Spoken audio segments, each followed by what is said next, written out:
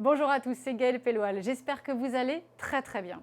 Aujourd'hui, j'ai à cœur de partager avec vous quelque chose d'important qui se passe au cœur de l'adolescence.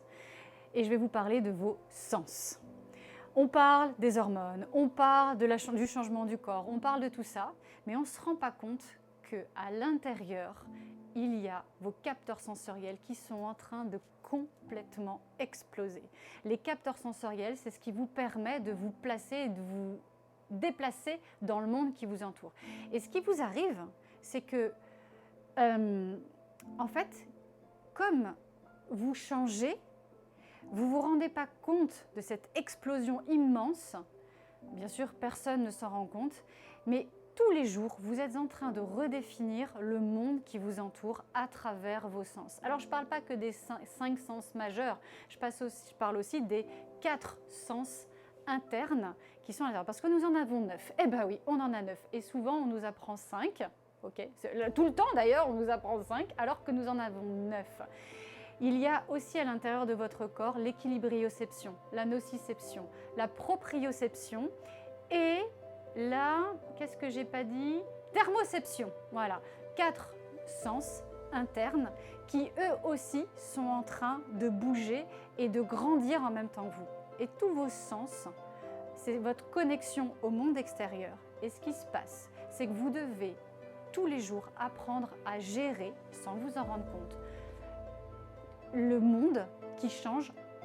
Alors le monde ne change pas, mais vous, votre corps change tellement que vous devez vous adapter tous les jours à cette mutation, ce changement de votre corps par rapport au monde qui vous entoure. En prendre conscience, c'est important. Pourquoi? Parce que vous pouvez vivre différents états émotionnels qui vous mettent dans un état de stress, d'inconfort, de malaise. Et parfois, en fait, ce n'est pas tant dû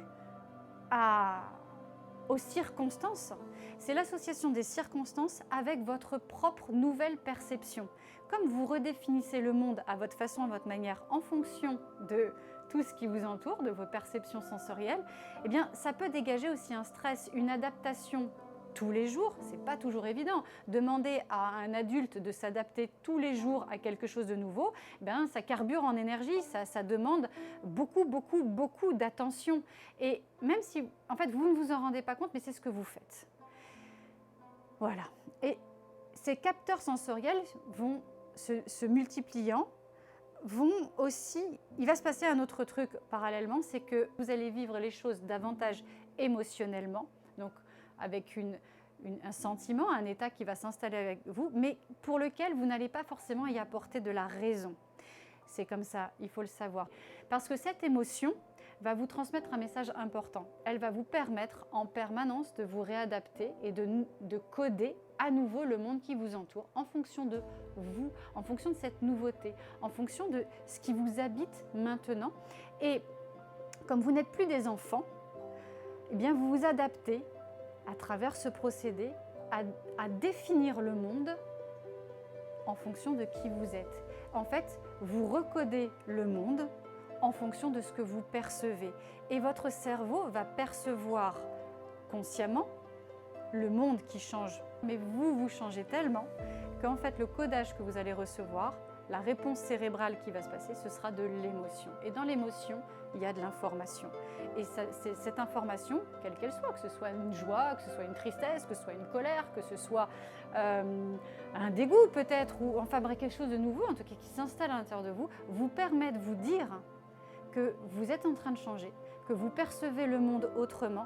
Et cette émotion vous permet de le recalibrer, peut-être aussi pour vous adapter à le faire correspondre, en tout cas à vous associer à cette dimension, à votre façon, à votre manière.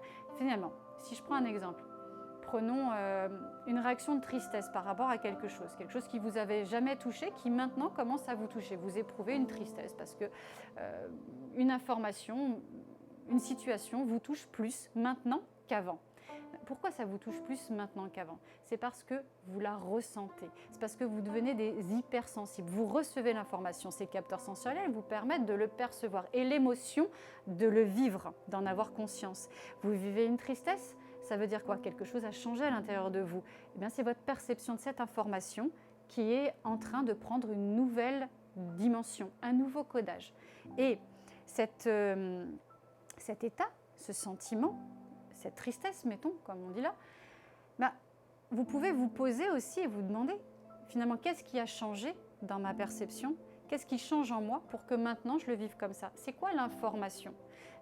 En général, l'information d'une tristesse, c'est aussi quelque chose qui est fini. Le cerveau a compris, lui, que l'expérience est faite et que quelque chose est fini, mais pas encore vous en conscience. Voilà, c'est aussi vous apporter cette information. La tristesse, mais ça peut aussi être la colère. Quelque chose qui ne vous a jamais touché, maintenant vous met en colère. C'est exactement pareil. Pourquoi? Parce que vous redéfinissez tous les jours quelque chose ou plusieurs choses autour de vous en fonction de vos nouvelles perceptions. Et ça va vous faire réagir. Ça va vous mettre en joie, ça va vous mettre dans quelque chose d'agréable ou de désagréable, peu importe. Prenez le temps d'y penser. Posez-vous quand vous vivez quelque chose. Il s'agit de vous installer et de comprendre que vous changez. Qu'est-ce qui a changé en moi et que j'essaie d'adapter et de fonctionner avec le monde qui m'entoure. Et finalement, de vous dire, est-ce que ça me va, est-ce que ça ne me va pas? Est-ce que finalement j'ai cet état, par exemple, de colère ou de tristesse? Finalement, c'est peut-être pour me dire que ça, je n'en veux plus ou que ça, je n'en ai plus besoin. Ça m'a été utile pendant un temps ou alors je ne l'ai jamais vécu, mais maintenant, c'est important pour moi. Peut-être qu'il y a cette information-là. Et ça vous permet, vous, de recoder aussi ce que vous voulez vraiment. Cette émotion, ce n'est pas qu'une réaction. Apprendre à dire que finalement vous la comprenez et pas dire je ne sais pas ce qui m'arrive, je ne sais pas pourquoi.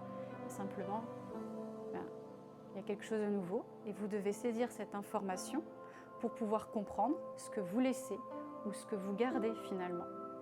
J'espère que j'ai été claire. Je pourrais aller plus en avant, mais je pense que c'est pas mal déjà pour ce thème-là. Donc mon conseil clé, c'est que quand vous vivez, vous réagissez, de quelque façon que ce soit. Posez-vous et demandez-vous qu'est-ce qui, dans l'environnement extérieur, m'impacte maintenant?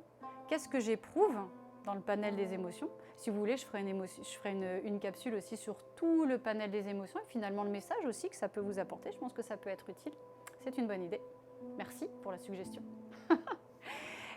Mais posez-vous et demandez-vous finalement si les choses qui m'entourent me conviennent.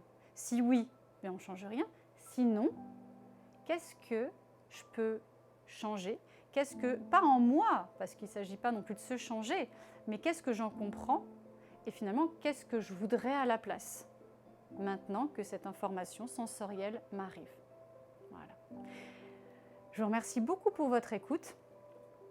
J'espère que ça vous a été utile. Si c'est le cas, n'hésitez pas à le partager. J'ai aussi une page Facebook Être adolescent, un Instagram qui est Gaëlle-Pelloual. Vous pouvez me suivre, on partage, on échange à l'intérieur. En fait, ces différentes plateformes me permettent d'échanger, partager, mettre en relation toutes nos idées. Parce que des fois, ce que je me suis rendu compte aussi dans les partages ou dans les témoignages que vous pouvez faire, les commentaires, c'est que vos idées apportent des idées aussi à d'autres personnes, à moi, mais aussi à plein d'autres. Et ça, c'est un truc dont il ne faut pas se priver, parce que plus on est nombreux, plus on en parle, plus on apporte notre témoignage sur un sujet, plus on enrichit l'information aussi pour d'autres personnes. Ce sont des petits gestes, des petites intentions, mais qui sont absolument géniales. C'est pour ça aussi que je suis sur ces différentes plateformes, c'est pour pouvoir collecter et échanger avec vous tous, interagir sur toute cette donnée d'information et le donner à un plus grand nombre. C'est précieux, c'est génial, on peut créer un égrégore de fou et s'apporter les uns les autres. Voilà. Je vous remercie beaucoup pour votre écoute, je vous dis à très bientôt.